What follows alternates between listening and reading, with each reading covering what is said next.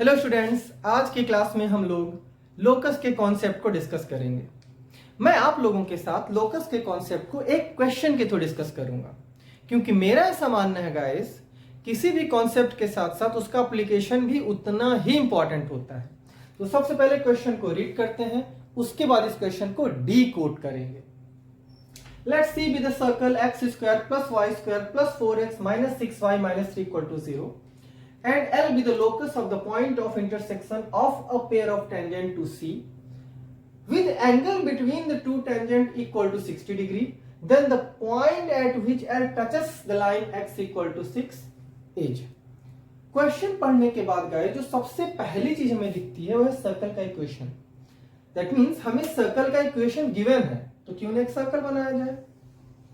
और इस सर्कल का इक्वेशन हमें गिवन है, और क्या गिवन है, and L be the locus of the point of intersection of a pair of tangent to C। और हमें गिवन है गाइस इस पेयर ऑफ टेंजेंट का लोकस, और ये पेयर ऑफ टेंजेंट जिस पॉइंट पे इंटरसेक्ट करते हैं गाइस वहां पे 60 डिग्री का एंगल क्रिएट करते हैं, ये भी गिवन है। और ये पॉइंट क्या है गाइस, रिप्रेजेंट कर रहा है बेसिकली लोकस। अब ये पॉइंट लोकस रिप्रेजेंट कर रहा है गाइस, दैट मींस ये पॉइंट मूविंग पॉइंट होगा। मूव करते करते गाइस जब ये पॉइंट x इक्वल टू 6 पे लाई करेगा, उस समय पे हमें इस L पॉइंट का कोऑर्डिनेट बताना है। बेसिकली उन्होंने पॉइंट ऑफ इंटरसेक्शन को एक नाम दिया है L, और ये लोकस रिप्रेजेंट करता है गाइस ये पॉइंट बेसिकली। तो मूव करते करते जब ये पॉइंट x इक्वल टू 6 पे लाई करेगा, उस समय पे हमें इस L पॉइंट का कोऑर्डिनेट बताना है। बेसिकली ये क्वेश्चन है। लोकस शब्द का यहां पे यूज किया गया है गाइस, लोकस वर्ड का यहां पे यूज किया गया है, तो क्यों ना थोड़ा लोकस को समझ लिया जाए।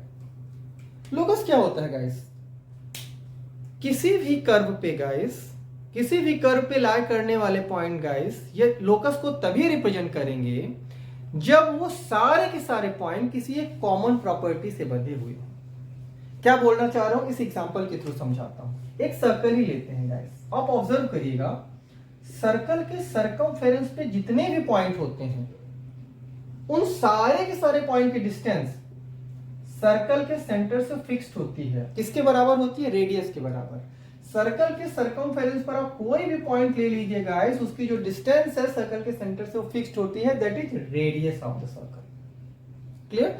तो मतलब कि सर्कल के सर्कमफेरेंस पे लाई करने वाले सारे के सारे पॉइंट एक कॉमन प्रॉपर्टी से बंधे हुए हैं। इन सारे के सारे पॉइंट की जो डिस्टेंस है सर्कल के सेंटर से वो फिक्स है, वो किसके बराबर है? रेडियस के बराबर। इसीलिए हम बोलते हैं कि ये सर्कल के सर्कमफेरेंस पे लाई करने वाले सारे के सारे पॉइंट एक लोकस को रिप्रेजेंट करते हैं। ना वीडियो पॉज करिए और ऑब्जर्व करके बताइए कि इस क्वेश्चन में वो कॉमन प्रॉपर्टी कौन सी है। क्यों?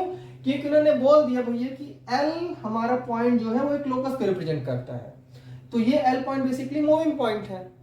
तो ये पॉइंट कौन सी कॉमन प्रॉपर्टी शो कर रहा है? आप लोग वीडियो पॉज करिए और बताइए। बिल्कुल सही अंदाजा लगाया आप लोगों ने गाइस, बिल्कुल सही बताया आप लोगों ने, सही सोच रहे हो आप लोग। बेसिकली सर हो क्या रहा है, इस क्वेश्चन में गिवन है सर्कल का जो टेंजेंट है, सर्कल का सॉरी जो पेयर ऑफ टेंजेंट है जिस पॉइंट पे इंटरसेक्ट करते हैं वो एंगल 60 डिग्री का बनाएंगे। तो ये पॉइंट बेसिकली मूविंग है, तो लेट्स से यहां पे इंटरसेक्ट करते हैं 60 डिग्री, मतलब पेयर ऑफ टेंजेंट जिधर भी इंटरसेक्ट करेंगे वो 60 डिग्री एंगल बनाएंगे। ठीक है, ये कॉमन प्रॉपर्टी, ये जो लोकस वाला पॉइंट है ये रिप्रेजेंट कर रहा है। नाउ अब वंस अगेन गाइस हम अपने क्वेश्चन पे आते हैं। अब ये जो मूविंग पॉइंट है गाइस, एक समय ऐसा आएगा जब ये पॉइंट x इक्वल टू 6 पे लाई करेगा, तो बेसिकली ये जो पॉइंट रिप्रेजेंट कर रहा है गाइस वो है x इक्वल टू 6। तो जब ये पॉइंट x इक्वल टू 6 पे लाई कर जाएगा, उसी समय पे हमें इस L पॉइंट का कोऑर्डिनेट बताना है। तो क्यों थोड़ा x इक्वल टू 6 का डिस्कशन कर लिया जाए। यदि मैं ये बोलूंगा ये x एक्सिस है, ये y एक्सिस है, यदि मेरे से बोला जाए कि भैया x इक्वल टू 6 एक इक्वेशन है, इसका आप ग्राफ बनाइए, तो सुनो 1 2 3 4 5 6 बेसिकली ये लाइन रिप्रेजेंट करेगी x इक्वल टू 6 का, यही ग्राफ होता है गाइस। और आपको पता होना चाहिए ये y एक्सिस से इसकी डिस्टेंस क्या है? फिक्स। मतलब इस लाइन पे आप कोई भी कोऑर्डिनेट ले लो, उसमें x की वैल्यू फिक्स होगी, मतलब x कोऑर्डिनेट फिक्स होगा, वो होगा x इक्वल टू 6। हाँ y वेरी कर सकता है लेकिन x कोऑर्डिनेट फिक्स होगा। तो अब गाइस ये पॉइंट का हमें कोऑर्डिनेट बताना है, लेट्स से इसका कोऑर्डिनेट है x और y, जहां पे x फिक्स हो गया, क्योंकि ये पॉइंट x इक्वल टू 6 पे लाई कर है, इसका मतलब ये कंफर्म है कि x कोऑर्डिनेट इसका क्या होगा 6। अब हमें y बताना है, तो जैसे ही हम y की वैल्यू बताएंगे गाइस हमारा क्वेश्चन सॉल्व हो जाएगा। अब ध्यान से ऑब्जर्व करिए, और हमें क्या गिवन है गाइस, सर्कल का इक्वेशन। तो चलिए सर्कल के इक्वेशन को थोड़ा एनालाइज करते हैं, और उसको एनालाइज करने के लिए हमें क्या करना है गाइस, सर्कल का आप जनरल इक्वेशन लिख सकते हैं क्या? यदि नहीं लिख सकते तो हम लोकस के कॉन्सेप्ट का यूज करके सर्कल का जनरल इक्वेशन लिखेंगे। देखिए कैसे, ये हमारा सर्कल है गाइस, लेट्स से सर्कल का जो सेंटर है ए और बी, यहां पर भी हम मान लेते हैं, चलिए सर्कल का सेंटर लेट्स से हम कुछ मान लेते हैं पी एंड क्यू, ठीक है। और इसी पी एंड क्यू की वैल्यू में बताना है, जैसे पी एंड क्यू की वैल्यू मिलेगी हम कुछ ट्रिग्नोमेट्रिक रेशियो का कॉन्सेप्ट लगा के y की वैल्यू कैलकुलेट कर सकते हैं, trigonometric ratio and bye distance formula. तो चलिए सर्कल के हम इक्वेशन का जनरल फॉर्म कैसे लिखेंगे, देखिए ए बी फिक्स है सर्कल का सेंटर, लेट्स से ये जो मूविंग पॉइंट है एक्स वाई, अब ये सर्कल ये अलग है, ये सर्कल अलग है, मत करिए एक्स वाई अलग है, इसका सेंटर अलग है, इसका सेंटर अलग है, ठीक है। अब हमें लिखना है सर्कल का जनरल इक्वेशन, तो लिख सकते हैं कैसे गाइस, ये मूविंग पॉइंट है जिसकी डिस्टेंस सर्कल के सेंटर से फिक्स है, ये पॉइंट कहीं पर भी लाई कर सकता है गाइस सर्कल के सर्कमफेरेंस पे, लेकिन जहां पर भी लाई करे उसकी जो डिस्टेंस है सर्कल के सेंटर से वो फिक्स्ड है, रेडियस के बराबर है। तो बाय डिस्टेंस फार्मूला क्या मैं इसको ऐसे नहीं लिख सकता guys, r equal to x minus a का whole square by distance formula plus y minus b का होल स्क्वायर। अब मैं दोनों तरफ स्क्वायर कर दूंगा गाइस, तो क्या होगा, r square equal to x minus a का whole square plus y minus b का होल स्क्वायर। ये आ गया गाइस क्या, सर्कल के जनरल फॉर्म का इक्वेशन आ गया बेसिकली। तो मैं इसको इरेज करता हूं और सर्कल के जनरल फॉर्म का जो इक्वेशन है गाइस वो मैं आपके सामने लिखता हूं बेसिकली। हालांकि इसको एक्सटेंड करके भी, इसको ओपन करके भी हम लिख सकते हैं, बट मैं नहीं लिख रहा ऐसे, हम तो बिल्कुल बेसिक और प्लेन चीजें लिखते हैं गाइस जो बहुत सिंपल है। तो हम लिख रहे हैं r square equal to x minus a का whole square and y minus b का whole square where a and b is the centre of the circle. अब यदि मैं इस इक्वेशन को इस फॉर्म में लिख लूं तो मेरे को रेडियस भी पता चल जाएगा और सर्कल का सेंटर भी पता चल जाएगा। तो चलिए लिखते हैं, देखिए अब इस इक्वेशन को हम थोड़ा रीअरेंज करते हैं गाइस। ये इक्वेशन को रीअरेंज कैसे करेंगे, देखिए क्यों ना एक्स स्क्वायर के साथ एक्स ही लिखा जाए, तो एक्स स्क्वायर प्लस 4x, एक काम और करता हूं गाइस, प्लस 4x है तो मैं काम करता हूं प्लस 4 करता हूं और साथ में माइनस 4 भी करता हूं। ये क्यों कर रहा हूं ये आगे आपको समझ में आएगा, ठीक है। और यहां पे गाइस y को एक साथ लिख देते हैं, तो y स्क्वायर माइनस 6y, थोड़ा बस इसको रीअरेंज करना और कुछ नहीं, y स्क्वायर माइनस 6y। अब यहां पर गाइस मैं प्लस 9 करता हूं तो माइनस 9 भी करना पड़ेगा, क्योंकि कंपनसेट करना, आपको पता है इक्वेशन पे कोई इंपैक्ट नहीं पड़े, तो यदि हम प्लस 4 करें तो माइनस 4 भी करना पड़ेगा कंपनसेट करने के लिए। इतना मतलब बेसिकली ये जो चीज है गाइस उसको हमने ऐसे लिख दिया है। माइनस 3 बचा हुआ है तो ऑब्वियसली उसको भी लिखना ही पड़ेगा, तो माइनस इक्वल टू 0। अब ध्यान से ऑब्जर्व करिए गाइस, जो ये चीज लिखी हुई है इसको हम क्या लिख सकते हैं, देखिए ये बेसिकली लिखा हुआ है a square plus 2ab plus b square, जहां पे a के प्लेस पर है x और b के प्लेस पर है 2। 4 को क्या लिख सकते हैं 2 का स्क्वायर, तो b के प्लेस पे क्या है 2, तो इसको हम लिख सकते हैं बेसिकली x प्लस 2 का होल स्क्वायर। क्लियर है ना, इसको क्या लिखेंगे guys, a square minus 2ab plus b square, तो यहां पर तो a माइनस b का होल स्क्वायर का फॉर्मूला लगेगा, तो यहां पर क्या होगा गाइस y माइनस 3 का होल स्क्वायर, बिल्कुल लिख सकते हैं, बिल्कुल। यहां पर x प्लस 2 का होल स्क्वायर, यहां पे y माइनस 3 का होल स्क्वायर, इसको ओपन करिए यही आएगा a square y square b square plus 9 minus 2ab 2 3 जा 6y माइनस 6y।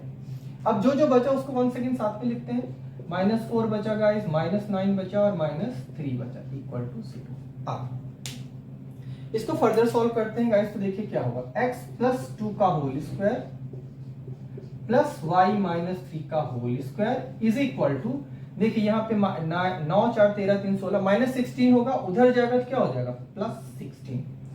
अब ध्यान से ऑब्जर्व करिए। अब बेसिकली मैं ऊपर वाला पोर्शन इसको इरेज कर देता हूँ गाइस। आई होप यहाँ तक आपको समझ में आ गया। वीडियो पॉज करके इसको नोट डाउन कर सकते हैं। अब मैं इसको इरेज करता हूं, तो जो मेरा इक्वेशन गाइस हमें गिवन था सर्कल का इक्वेशन, हमने इसको इस फॉर्म में लिख दिया। अब बेसिकली आप इसको इसमें कन्वर्ट कर दीजिए। बेसिकली ये जो इक्वेशन, इसको जनरल फॉर्म से थोड़ा कंपेयर करिए। तो कंपेयर करने के लिए ध्यान से देखिए माइनस बीच में लगा, क्यों ना हम इसको भी माइनस लिखें ऐसे। तो x+2 को क्या आप ऐसे नहीं लिख सकते गाइस, 16 को आप ऐसे नहीं लिख सकते 4 का स्क्वायर। यहाँ पर जो x+2 है गाइस, इसको यदि मैं ऐसे लिखूं x माइनस ऑफ 2 का whole square, minus minus plus ही तो होना है, और y माइनस 3 दिए तो इस फॉर्म में लिखा ही हुआ है, इसको कुछ करने की जरूरत नहीं। अच्छा, इसको थोड़ा क्यों मॉडिफाई किया है, क्योंकि यहाँ पर x माइनस a का होल स्क्वायर लिखा है, यहाँ पर +2 लिखा है, तो हमने इसको बेसिकली एग्जैक्टली इसी फॉर्म में कन्वर्ट कर दिया है। अब आपको करना क्या है गाइस, इसको भी इरेज कर देता हूं, इसको यहां से कंपेयर करिए और रेडियस की वैल्यू बताइए। तो रेडियस की वैल्यू में डायरेक्ट मिलेगी, दैट इज r = 4। इसको यहां पे कंपेयर करिए और a की वैल्यू बताइए। a मतलब क्या है गाइस, a और b क्या सेंटर का कोऑर्डिनेट है, तो a की वैल्यू यहां पे कितनी गिवन है। यदि मैं इसको कंपेयर करूं यहां पे, तो a = बेसिकली इस सर्कल का जो इसका कोऑर्डिनेट निकल के आएगा गाइस, यही तो कोऑर्डिनेट होगा सर्कल के सेंटर का।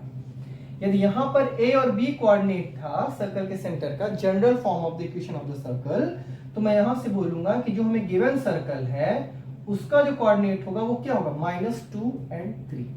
तो मैं यहां पे लिखूंगा गाइस -2 और 3। यहां पे आप ऑब्जर्व करिए ना, a के प्लेस पर है -2, b के प्लेस पर है 3, तो हमें सर्कल के सेंटर का कोऑर्डिनेट भी मिल गया। अब थोड़ा और आगे बढ़ते हैं, क्यों ना हम सर्कल के सेंटर को कनेक्ट कर दें इस टेंजेंट के साथ। और आपको पता है जो सर्कल का रेडियस होता है वो टेंजेंट के पॉइंट ऑफ कांटेक्ट के साथ या पॉइंट ऑफ कांटेक्ट के साथ 90 डिग्री का एंगल बनाता है, तो ये 90 है। अच्छा, एक बात और,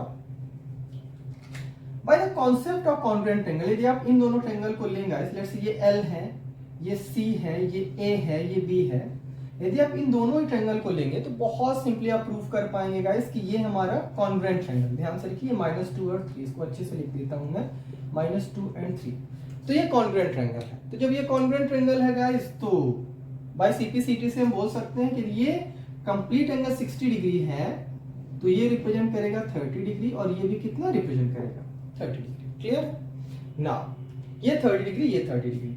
जब ये 30 डिग्री है गाइस, ये 90 डिग्री है, तो मैं डायरेक्टली बोल सकता हूं कि सर ऐसा है कि ये होगा 60 डिग्री। 90 30 60, रेडियस हमें पता चल चुकी है r, तो ये हो जाएगा गाइस 4। क्लियर। अब इसका कोई यूज नहीं बचा, तो हम इसको इरेज कर देते हैं। अब देखिए हमारा क्वेश्चन बेसिकली यहां तक हम लोग आ गए हैं और हमें बताना है इस पॉइंट का कोऑर्डिनेट। तो पता है मैं ट्रिग्नोमेट्रिक रेशियो तो अप्लाई कर ही सकते हैं, आपको ये कॉन्सेप्ट पता होना चाहिए। मैं थोड़ा आपको प्रॉब्लम सॉल्विंग स्किल भी यहाँ पर बता रहा हूँ guys. 30 degree 60 degree and 90 degree, किसी भी ट्रिग्नोमेट्रिक रेशियो में आप याद रखिए ये होता है बेसिकली 1:√3:2। मतलब क्या बोलना चाह रहा हूं, यदि आपको इस ट्रिग्नोमेट्रिक रेशियो में कुछ इस तरह दिया गया हो, तो ऑब्जर्व करिएगा ऑलवेज जो 30 डिग्री के सामने वाली साइड होती है वो 90 डिग्री के सामने वाले साइड की हाफ होती है। मैं इसको ऐसे बोल सकता हूं कि जो 90 डिग्री के अपोजिट साइड होती है वो जस्ट डबल होती है 30 डिग्री के अपोजिट साइड के। तो यहाँ पे ऑब्जर्व करिए, ये 30 डिग्री के अपोजिट साइड कितना है गाइस, 4 है ना, ये 4 है, तो CA कितना है 4। तो आप बताओ CL कितना होगा, आप सोचो, ये बेसिकली 30 के सामने है, तो 90 के सामने वाली साइड 30 के सामने की जस्ट डबल होगी, तो ये 4 है और 90 के सामने CL है, तो CL की वैल्यू कितनी होगी, 8। तो हमें CL की वैल्यू कितनी मिल गई गाइस, 8। अब यहां पे ऑब्जर्व करिए, जब हमें CL की वैल्यू 8 मिल गई गाइस, CL की वैल्यू हमें 8 मिल गई, तो बाय डिस्टेंस फॉर्मूला क्या हम y की वैल्यू नहीं निकाल सकते हैं? बिल्कुल निकाल सकते हैं। देखिए CL की वैल्यू हमें मिल गई 8, CL की वैल्यू हमें मिल गई 8। अब बाय डिस्टेंस फॉर्मूला देखिए मैं लिख सकता हूं इसको गाइस, C का कोऑर्डिनेट हमें मिल गया -2, तो हम लिख सकते हैं बाय डिस्टेंस फॉर्मूला 6 - (-2) का whole square plus y minus 3 का होल स्क्वायर। क्लियर है? अब इसको हमें सॉल्व करना है तो बस इसको सॉल्व करते हैं। ध्यान से ऑब्जर्व करिए, 6 माइनस माइनस 2 क्या होगा? 8। हाँ, यहाँ पे हम सॉरी 8 का स्क्वायर होगा बाय डिस्टेंस फार्मूला। यदि आप इसको पूरा लिखना चाहते हैं तो इसको ऐसे भी लिख सकते हैं, इस तरह दोनों तरफ स्क्वायरिंग करेंगे गाइस तो क्या होगा? 6 माइनस माइनस 2 ये हो जाएगा आपका 8 का स्क्वायर, y माइनस 3 का स्क्वायर, और 8 का स्क्वायर कितना होगा? 64। बस दोनों तरफ हमने स्क्वायरिंग कर दिया बाय डिस्टेंस फार्मूला। सिंपली हमने डिस्टेंस फार्मूला का यूज किया। देखिए 8 स्क्वायर गेट कैंसल्ड आउट, तो ये हो जाएगा y माइनस 3 का होल स्क्वायर इक्वल टू 0 और y की वैल्यू निकल के आएगी 3। तो देखिए इस तरीके से हमने इस क्वेश्चन में बेसिकली सॉल्व तो किया, लेकिन लोकस के कॉन्सेप्ट को समझा, डिस्टेंस फार्मूला का यूज किया, और जो सर्कल के जनरल फॉर्म का इक्वेशन था उसको भी हमने लोकस के कॉन्सेप्ट का यूज करके सर्कल का जनरल फॉर्म का इक्वेशन लिखा। तो ये y कोऑर्डिनेट निकल के आता है गाइस y इक्वल टू 3। तो ये बेसिकली इस क्वेश्चन का पूरा एक्सप्लेनेशन था विथ लोकस के कॉन्सेप्ट के डिस्कशन के साथ। तो मिलते हैं नेक्स्ट वीडियो में, तब तक के लिए बाय बाय।